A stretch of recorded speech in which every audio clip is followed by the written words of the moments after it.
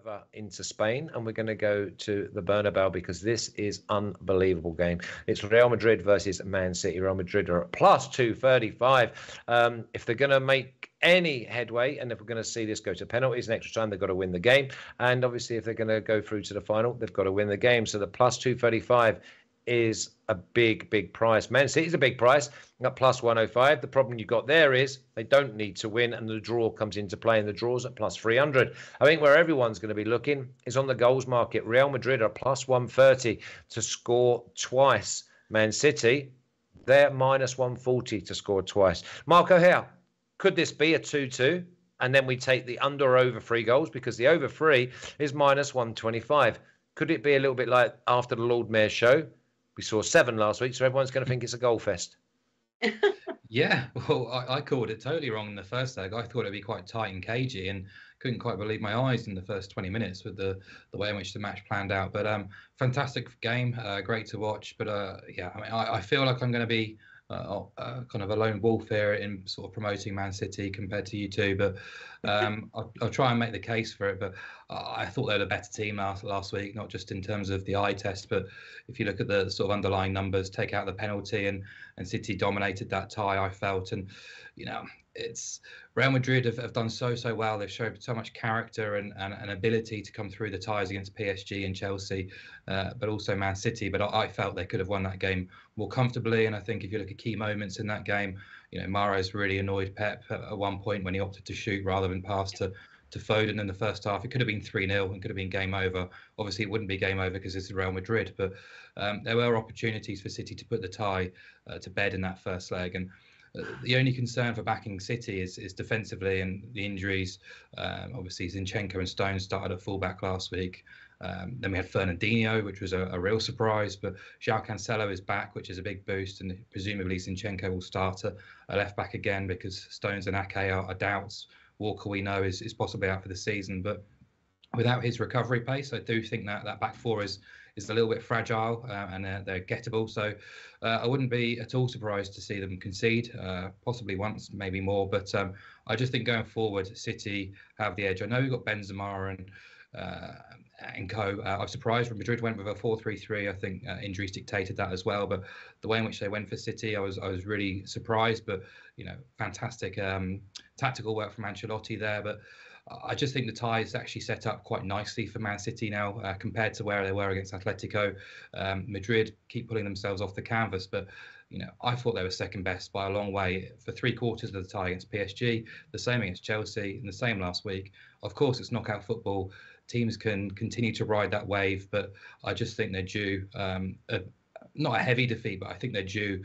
I think it's just time for them to leave the competition. And I just think, I think if you look at the market, if you look at the general prices, as you read the prices out there, Flash, the market's expecting City to score twice. Both teams to score is, in decimal terms, around 155, which is suggesting there's about a 70% chance of that occurring. Obviously, City to win is plus 105, but just combine all of them together and you get City to win and both teams to score at plus 250, which I think is a really big price, because unlike what happened in Madrid a couple of weeks ago, where Atletico, you know, just tried to have a bit of dogfight, tried to keep things tight, Madrid will go on the front foot. Madrid will fancy their chances, and I think City will come out and play this time as well. I think they're well aware of Madrid's quality, their strength, and what they've done in previous rounds too. And I think Pep will say, go and play your game, do a repeat of what we saw in the first leg is absolutely fine. Go out and try and win the tie, put yourselves in the final. So I'm expecting possibly not a 4-3, but something similar in terms of both teams' approach, and I think that does lend itself to goals. So rather than backing over 3 goals at minus 125, it might be better to take both teams to score and over 2.5 goals. But I'm just going to push it a bit further and back City to win and both teams to score. Yeah, you're right. I mean, if they'd have scored 9, it would have been like a record, but it would have been understandable and justified. You know what the big problem is? They didn't. They actually didn't. They had their chances to kill them off. PSG had their chances to kill them off. Chelsea had their chances to kill them off. It's like heavyweights. You let them hang around, they've still got that punch that can knock you out. And I've said for a while now that I think Real Madrid's name could be on the cup. And this game, nothing in it. If we take away the 4-3 and take away the million chances that Man City had, if this was Real Madrid nil, because remember away goals don't count as double. So it's Real Madrid 0, Man City 1. It's all to play for. Real Madrid have just got to win the game, Mina. And there's been a lot of money, by the way, for Real Madrid to score twice in this game. Over 1.5 goals has come in from plus 145 to now plus 130. I see Real Madrid scoring twice. Oh, yeah, I definitely see them scoring twice. I think both teams are capable of scoring twice in this game.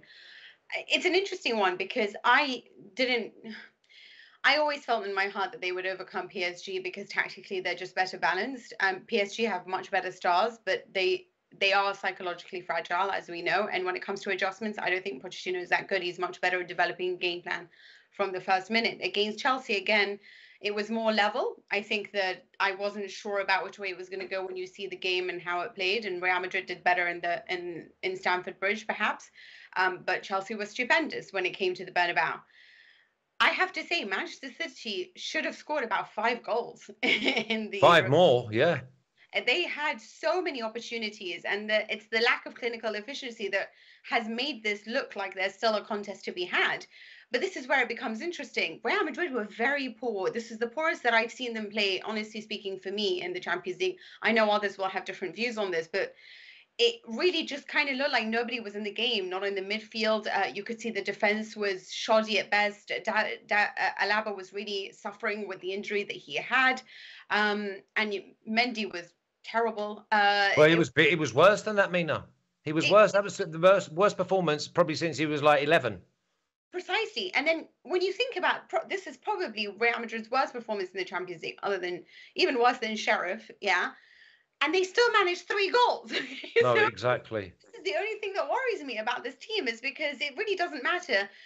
And it wasn't because, again, this isn't because there was some massive tactical adjustment, which I think there was against Chelsea. I think Ancelotti won that because of how he kept changing and moving his parts.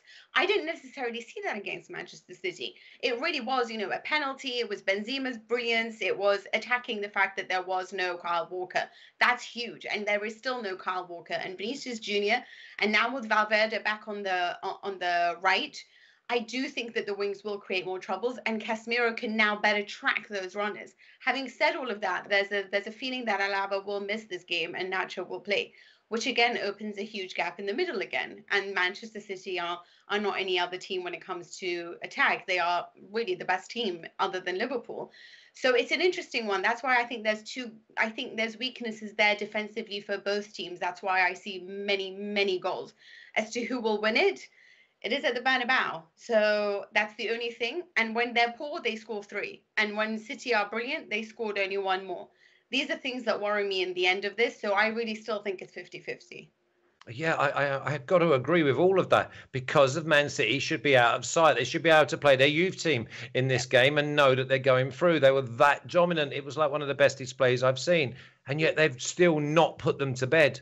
And that worries me that their name is still on the cup. Because I was saying their name was on a cup prior to this game. Then every time Man City scored, I'm like, missed a goal scoring opportunity. I'm like, oh my God, is their name actually on this cup?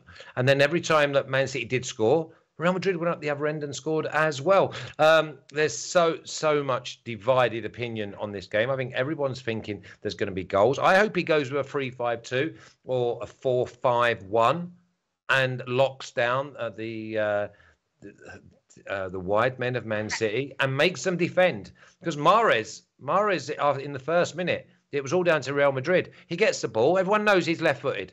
They showed him inside onto his left foot and didn't pick up a runner. That is like under 10s football. It's like, come on now. You got to be better than that. Foxy, City have experienced the beating of Real Madrid recently in the Bernabeu as well. Barca Man City 3-2 at 17 plus 1600 there. If Man City wins the UCL, Kevin De Bruyne should win Ballon d'Or. I think there's quite a few people that should be winning Ballon d'Or this year, and probably he's actually the winners on the other side wearing number 9 and the armband. I think it's Benzema now. Okay, let's have a little look at these official bets, because this is a game that I think the whole world is looking forward to.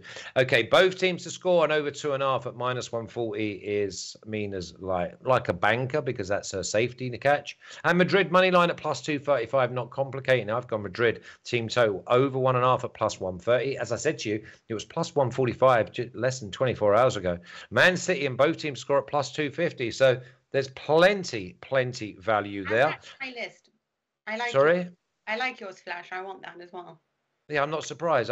Listen, we haven't got a graphic big enough for all your selections when Madrid play. But listen, you're more than welcome to have it. No problem at all. I'll just slip it over to you. No problem.